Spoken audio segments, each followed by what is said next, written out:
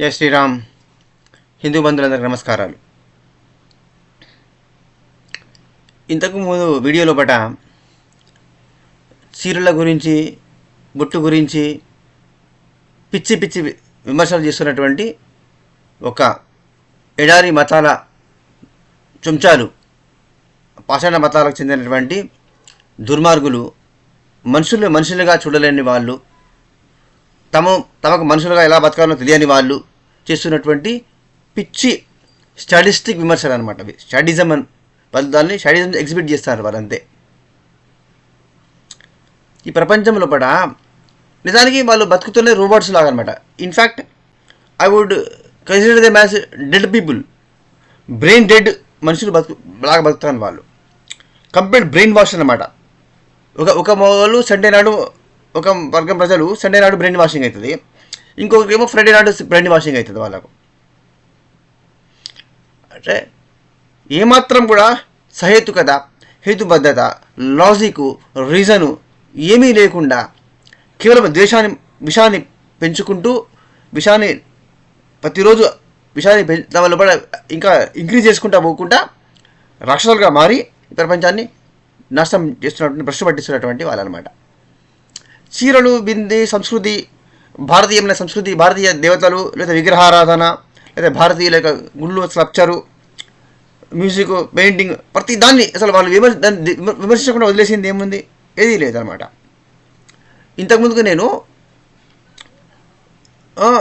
వీడియోలో పట subjective knowledge education, objective knowledge education అని 2 మాటలు మాట్లాడాను ఇంతకుముందు వీడియోలో పట.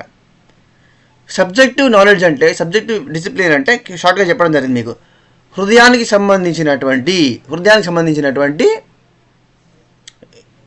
కళలు ఏమైతే ఉన్నాయో, హృదయానికి ఆనందాన్ని కలిగించే విషయాలు ఏమైతే ఉన్నాయో, ఆ సబ్జెక్ట్స్ అన్నిటి కూడా మ్యూజిక్, డ్యాన్స్, ఫైన్ ఆర్ట్స్ అనమాట. ఇవన్నీ హృదయానికి సంబంధించినటువంటి విద్యలు. వీటి సబ్జెక్టివ్ నాలెడ్జెస్, సబ్జెక్ట్స్, డిసిప్లిన్స్ అంటారు వీటిని. సబ్జెక్టివ్ అనమాట ఇవి. ఆబ్జెక్టివ్ అంటే మెదడు. ఈ విశ్వంలో కూడా, ప్రకృతిలో కూడా ఇది ఎలా లాభం పొందాలా, బ్రెయిన్, మెదడును, ఇంటలెక్ట్, బుద్ధిని ఉపయోగించి తెలివి ద్వారా కొత్త విషయాలను కనుగొని, లేకపోతే దీంతో ఏం లాభం వస్తుంది, దాంతో ఏం లాభం వస్తుంది, ఇది ఎలా ఉపయోగించుకోవాలి, అదే నాలెడ్జ్ అనమాట.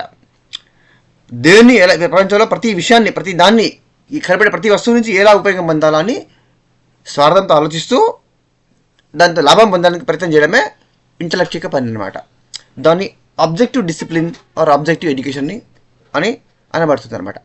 So there are 2 disciplines, 2 subjects in the present world. One is subjective knowledge and second is objective knowledge.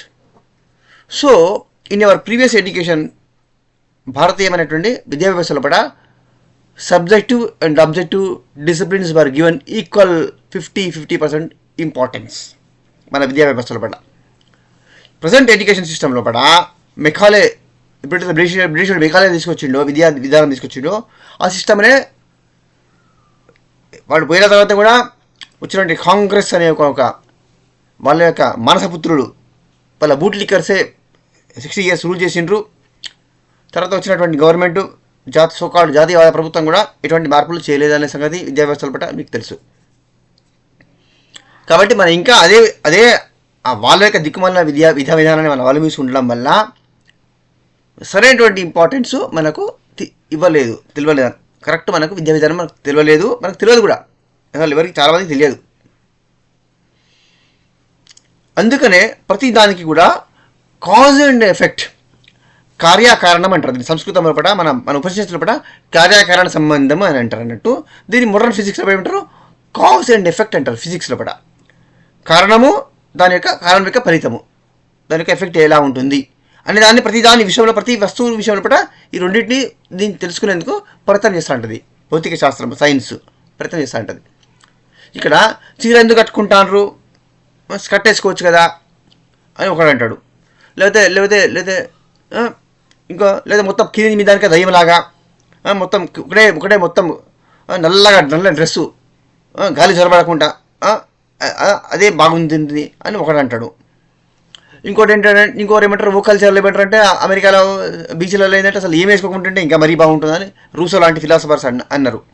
పుట్టినప్పుడు బట్ట కట్టలేదు, పోయేటప్పుడు వెంట రాదు, మధ్యలో ఏంది అని రూసో కూడా రూసో కూడా వాడు కూడా ఫిలాసఫరే. రూసో అని చెప్పిండే ఫిలాసఫీ ఇది. పుట్టినప్పుడు లేని బట్ట, పోయినప్పుడు లేని బట్ట, మధ్యలో ఎందుకు అన్నాడు వాడు. సో లేకపోతే ఉంటే పావు మీటర్ కూడా సరిపోదా అనేవాళ్ళు ఒకరు. సినిమాలో టీవీలో చూస్తలేము మనం. అంటే ప్రతిదానికి కూడా ఇది ఎందుకు, ఇది ఎట్లా రైట్, ఇది ఎందుకు రాంగ్ కాకూడదు, ఒకడు ప్రశ్నించడం ఏంటిది, ఇవన్నీ మనం సమాధానం చెప్పాల్సిన అవసరం, సంజాయిషి ఏంటిది. కవులు లిటరేచర్ సాహిత్యంలో ప్రతిదాన్ని కూడా హైపర్బోలిక్ స్టేట్మెంట్స్ ఇస్తారు, ఎగ్జాజరేషన్ చేస్తారు, అతిశయోక్తి అంటారు కదా, అది. దాన్ని 3 డైమెన్షన్లో బ్లోన్ పెద్దగా సిల్వర్ స్క్రీన్ మీద 70 mm స్క్రీన్ మీద మీకు పెద్దగా గొప్ప గ్రాండ్యూర్లో చూపెడతారు అన్నమాట. గ్రాండ్ మ్యాసివ్ స్కేల్లో చూపెడతారు మీకు గొప్పగా. అప్పుడు ఇంపాక్ట్ బాగా పడుతుంది ప్రేక్షకుల మీద, మనుషుల మీద, మెదల మీద బాగా ఇంపాక్ట్ పడుతుంది, మైండ్ మీద పడుతుంది. ఏదైనా ఒక దాన్ని గట్టిగా మనుషుల చెప్పాలా, మళ్ళీ మనసులో వెళ్ళాలన్నప్పుడు దాన్ని గ్రేటర్ డిగ్రీలో దాన్ని వ్యాస్ట్గా చూపెట్టాల్సి వస్తుంది, 3 డైమెన్షన్లో చూపెట్టాల్సి వస్తుంది అనమాట. కానీ ఇప్పుడు ఫర్ ఎగ్జాంపుల్ కాషాయం రంగు త్యాగానికి గుర్తు, వాడంటాడు. తెల్ల డ్రెస్సు స్వచ్ఛతకు, శాంతికి గుర్తాట. తెల్ల పవరే చదువుతారు. తెల్ల డ్రెస్ వేసుకుంటే అందరూ ఏం చెప్తారు ప్రపంచం మీకు తెలుసు కదా.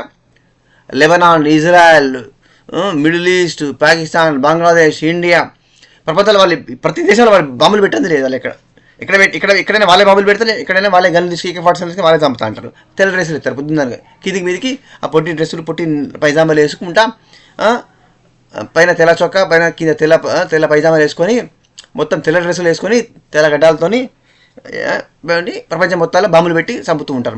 మరి తెల్లదానం స్వచ్ఛదానం గుర్తు అంటే మరి వాళ్ళు వేసుకునే డ్రెస్ కలర్ తెలుపు, కానీ వాళ్ళు వేసే పనులకు దానికి ఏమాత్రం పోలికనే లేదనమాట. పచ్చదనము ప్రకృతికి పచ్చదనానికి గుర్తు. ప్రకృతి పచ్చదనము, పచ్చ జెండాలు వాళ్ళే ఉంటాయి మరి ప్రపంచంలో. మిడిల్ ఈస్ట్లో అదే ఎక్కువ పచ్చ జెండాలు వాడేది, పచ్చ కలర్ వాడేది వాళ్ళే, శాంతి మత వల్లే వాడతారు మరి. సో వాల్యూ సిస్టమ్ అనేది ఫిజికల్ సబ్స్టెన్స్ లోపల, పదార్థం లోపల, విశ్వంలో కనబడతాం ఏ పదార్థం లోపల కూడా వాల్యూ అనేది లేదు. వాల్యూ ఒక వస్తువుకు వాల్యూ ఎప్పుడు వస్తుంది, మన మనసులో ఇది హైలీ ఫిలాసఫికల్గా మాట్లాడతాను నేను కొంచెం, from the bottom of my heart. ఇది బోర్ కొడుతుంది కావచ్చు, అది లేదు.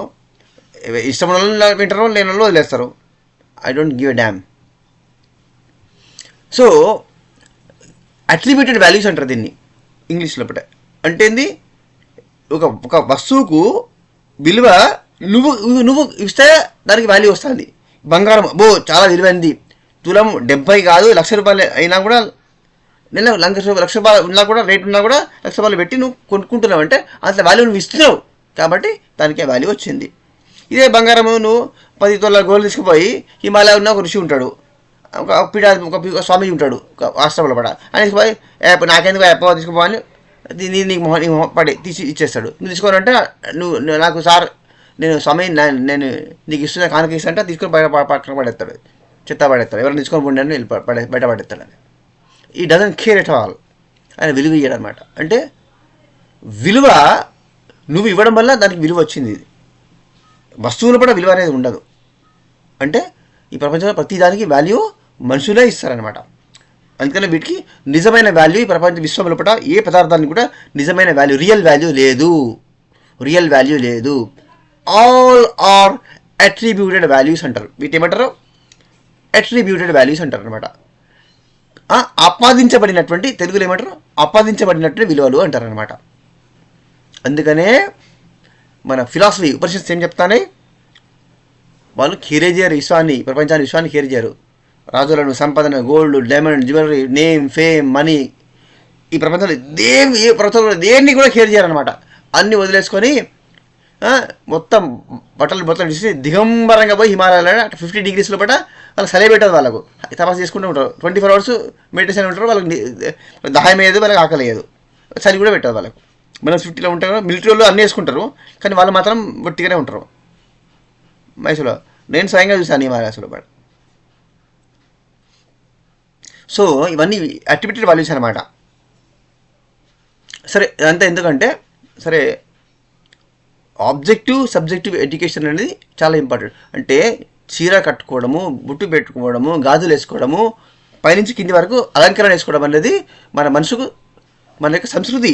అంటే మనం మన భారతీయులు ఎంత ధనవంతులు అయి ఉండేది ఉంటే తల కిరీటం నుంచి మొదలుపెట్టుకొని ఒక రాణిలే కాదు, ప్రతి స్త్రీ మహిళ తల లోపట పూలదండలతో పాటు పూలు ఎలాగుండేది తల లోపట, దాంతో పాటు బంగారు చైన్లు మీరు చూడమని పైన పైన పైన రింగులు పెట్టుకునే తల నుంచి కాళ్ళకు బంగారు గజ్జలు, బంగారు మట్టెలు, బంగారు బ్రాస్లెట్లు, చైన్లు, గాజులు, మెడలో బంగారు హారాములు, గోల్డ్ రింగ్సు, డైమండ్ రింగ్సు, బంగారు వడ్డానాలు, వెండివి ఇంతగా వేసుకునే వాళ్ళు. అంటే ఏంటి, అంత ధనవంతులుగా బతికిండ్రు అనమాట. ఇది మన యొక్క సంస్కృతి అనమాట. దీనికి స్పిరిచువల్ సిగ్నిఫికెన్స్ ఉన్నదా, దీనికి ఆధ్యాత్మికమైన సిగ్నిఫికెన్స్ ఉన్నదా లేదా, ఇది ఎందుకు వేసుకోవాలి, మొత్తం దయ్యాలు నాగిరా కింది నుంచి మీ దానిక ఒకటే నల్ల దుప్పట్లో ఉంటే కాదా, మీకు ఇష్టం ఉంది నల్ల దుప్పట్లో ఉండడం, మీకు ఇష్టం ఉంది అలాగే మీరు ఉండండి. మీరు గాలి కూడా జీవితంలో ఎందుకంటే మీరు స్వచ్ఛమైన గాలి కూడా పీల్చుకోకుండా బతికే దురదృష్టవంతులు మీరు. మీకు ఆ కర్మ పట్టింది, మీరు అలాగే బతకాలా, మీరు అలాగే బతుకుతారు, అలాగే చేస్తారు. మాకేం కర్మ పట్టింది? తల్లి, చెల్లి, భార్య అందరూ హిందూ మహిళలు ఎన్ని భూమి మీద ఎన్ని రకాల రంగులు ఉన్నాయో అన్ని రంగాల లోపల అలంకరించుకుంటారు, అన్ని రకాలుగా సంతోషంగా. ఈ ప్రపంచంలో దేవుడు ఎక్కడా కాదు, దేవతలుగా ఇక్కడే కనబడతారు భూమి మీద. ఒక తల్లిగా, ఒక చెల్లిగా, ఒక భార్యగా కూడా ఒక మంగళ స్వరూపిడిగా మహాగౌరీలాగా అందంగా మన అమ్మ అందంగా అలంకరించుకున్నట్టు మన చెల్లి కట్టుకునే భార్య కూడా అందంగానే ఉండాలి. అలా ఉండాలని కోరుకున్న ఏమాత్రం తప్పు లేదు. ఇంకా ప్రతి వ్యక్తి జీవితం లోపల కళాత్మకంగా, ఆనందభరితంగా, జాయ్ఫుల్ లైఫ్ ఈ భూమి మీదనే స్వర్గంలాగా బతకాలంటే ఆబ్జెక్టివ్ ఎడ్యుకేషన్తో పాటు సబ్జెక్టివ్ ఎడ్యుకేషన్ నాలెడ్జ్ అనేది అవసరం. అంటే ప్రతి ఒక్కరికి మన దేవతల లోపల సంగీతం, డ్యాన్స్ రాని దేవతలు ఉన్నారా? శివుడు తాండవం చేస్తాడంటే మృదంగం ఎవరు వాయిస్తారు? శ్రీ మహావిష్ణువు వాయిస్తాడు. పురాణాలు చదివితే వెళ్తుంది. గణపతి, కుమారస్వామి, ప్రతి ఒక్కరు, నారదుడు, అమ్మవారి సరస్వతి, శ్రీ విద్యా దేవత సరస్వతి అమ్మవారి వీణ వాయిస్తాంటది ఎప్పటికీ. మన దేవతలు సంగీతము, నృత్యం లేకుండా మన కల్చరల్ లేదండి. మన సంస్కృతం మన గుండెకాయ అనమాట. మన సంస్కృతికి సంగీతము, నృత్యము, చిత్రలేఖనము, ఆర్ట్, డ్రాయింగ్, స్కల్ప్చర్ అవి అవి మన ప్రాణం లాంటివి అనమాట. అవి ఫైన్ ఆర్ట్స్ అనేవి ఫైన్ ఆర్ట్స్ అనేవి మన పంచ ప్రాణాలు లాంటివి అన్నమాట. ఇవి నేర్చుకోవాలి. మీరు పెద్దలు పిల్లలకు నేర్పించాలా. ఒక బాబు మ్యూజిక్ నేర్చుకుంటాడు, ఒక అమ్మాయి డ్యాన్స్ నేర్చుకుంటుంది, ఒకరికి కవిత్వం ఇష్టము, ఒకరికి పెయింటింగ్ ఇష్టము. ఎవరికి ఏది ఇష్టం ఉంటే దానిలో పంపించాలా. Physical fitness పెంచుకోవాలా. మగ పిల్లలకు, ఆడపిల్లలకు ఏంటంటే కరాటే, జూడో కూడా నేర్చుకోవాలి, మార్షల్ ఆర్ట్స్ నేర్చుకోవాలి, జిమ్నాస్టిక్స్ నేర్చుకోవాలి, ఫిజికల్ ఫిట్నెస్ పెంచుకోవాలా. ఇవన్నీ చేస్తే జీవితము ఆనందమయము, అర్థవంతం అవుతుంది. పర్పస్ఫుల్ అంటే ఒక జీవితానికి, మీ జీవితానికి అర్థము, పరమార్థము కూడా ఉంటుందన్నమాట. జంతువులాగానే పుట్టాము, జంతువులాగానే బతికాము, జంతువులాగానే చచ్చాము. అలా ఉండకూడదు. అలా ఉంటే మనిషికి జంతువులకు డిఫరెన్స్ ఏంటిది? నేను ఎంతమంది వీడియోలో చెప్పాను కదా, ఠామ్ అని బెంగులు గుడిలో పోయి గూంజి పెట్టి బెల్లు 3 సార్లు కొట్టిండ్రు భక్తులు. ఎందుకు కొట్టినో తెలియదు వాళ్ళకు. చిన్నప్పటి నుంచి వాళ్ళ జీవితంలో గుడిలోకి వెళ్తున్నప్పుడల్లా ఇట్లా ఢాల అని బలవంతం పెట్టి కొడతాను బెల్లులు. గుడిలో గంటలు ముగిస్తారు. ఎందుకు ముగిస్తారో తెలియదు. అంటే ఇంత అర్థరహితంగా బతకడము వల్ల ఏం ప్రయోజనం? What is the difference between human life and animals life if that is the case? So learn subjective disciplines like music, dance, art, sculpture, drawing. ఇవన్నీ సాహిత్యము బాగా చదివితే, కవిత్వము, డ్రామాలు, పుస్తకాలు బాగా చదివితే బాగా మాట్లాడగలరు. ఇప్పుడు నేను ఏదో పుస్తకం చదువుతున్నాయి కదా, ఇప్పుడు ఇంతసేపు మాట్లాడాను, 1/2 గంట మాట్లాడాను అంటే ఏదో పుస్తకం చదివి ఉంటేనే కదా. ఏమి చదవకుంటే ఇలా మాట్లాడగలుగుతావా? సో దీనివల్ల ఏమవుతుంది, మన జీవితానికి అర్థం చేకూరుతుంది, సాటిస్ఫాక్షన్ ఉంటుంది, జీవితంలో తృప్తి అనేది ఉంటుంది, సాటిస్ఫాక్షన్ ఉంటుంది, గ్రాటిఫికేషన్ ఉంటుంది అన్నమాట. అంతేకాకుండా మన జీవితానికి ఒక పరమార్థము చేకూరుతుంది. పుట్టినందుకు ఏదో ఒక ప్రయోజనం కలిగింది, పర్పస్ నెరవేరింది, ఫుల్ఫిల్మెంట్ అంటమే. మన ప్రయోజనము, మనం బతికినందుకు ఒక ప్రయోజనము కలిగింది అనమాట. ఫుల్ఫిల్మెంట్ అనమాట, లైఫ్ ఫుల్ఫిల్మెంట్ అనేది కలుగుతుంది అనమాట. So let's be on positive note. Don't give a damn whoever criticize whatsoever. మన కల్చరు, మన డ్రెస్సులు, మన చీరలు, మన బొట్టు, ప్రతి దాన్ని, మన పండుగలు, మన దేవతలు, మన విగ్రహాలు అన్నింటి నుంచే పిచ్చ కుక్కలు, కామ్రేడ్ కమ్మీస్, పాషాణ మతాలను కేర్ చేయకండి. వాళ్ళు మనుషులాగా బతకడం లేదు, వాళ్ళు మనుషులే కాదు, they are dead people, they are brainwashed robots, dead people. Don't give a damn about their opinions. Even you don't even care a pin. So please share and subscribe. Let's understand our significance and we should feel proud about our culture. And please share, pass on to your next generation, to your children, because it is the only greatest civilization on this planet. Jai Shri Ram, Jai Shri Krishna, Vande Mataram.